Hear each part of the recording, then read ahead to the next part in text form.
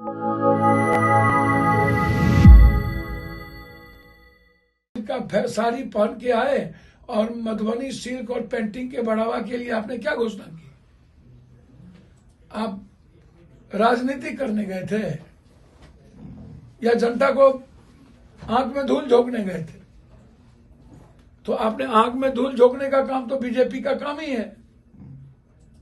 नौकरी पेशा लोगों के लिए भी सरकार ने राहत दी है।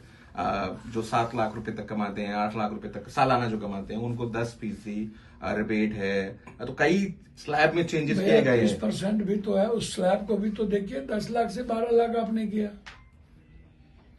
और उसके बाद आप 25 लाख वाले को देख लीजिए, 30% टैक्सेस कर दिया, आप 40% कर दिए।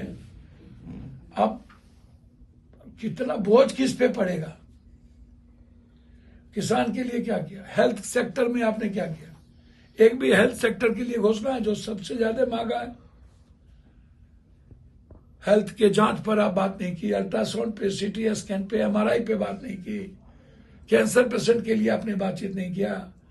आप मनरेगा में पैसा भी कम कर दिया गया इस बार। वही बात तो मैं कह रहा हूं, मनरेगा में जो मजदूरों को सबसे ज्यादा पैसे की जरूरत थी, उसमें कम कर दिया, जिससे कॉमन मैन को, मजदूरों पर आप हमला कर रहे हैं।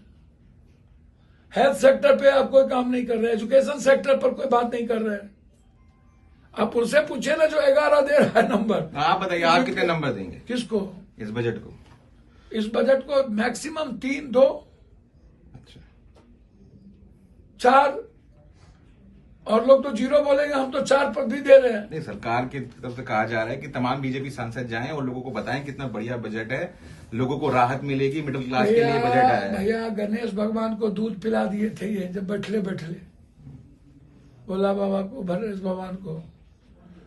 तो ये क्या बताएंगे जनता को जाकर के कि भ्रष्टाचार खत्म करने के लिए कुछ उपाय लाए हैं? क्या बताएंगे ये जनता को जाकर के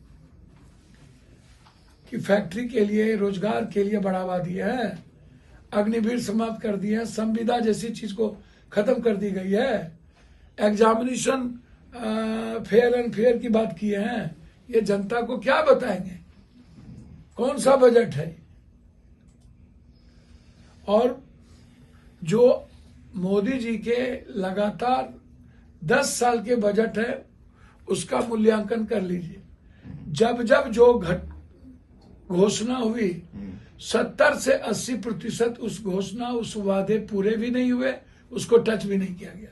फिर नए वादे सब विभाग दिखा दिए गए। बस ये तो है।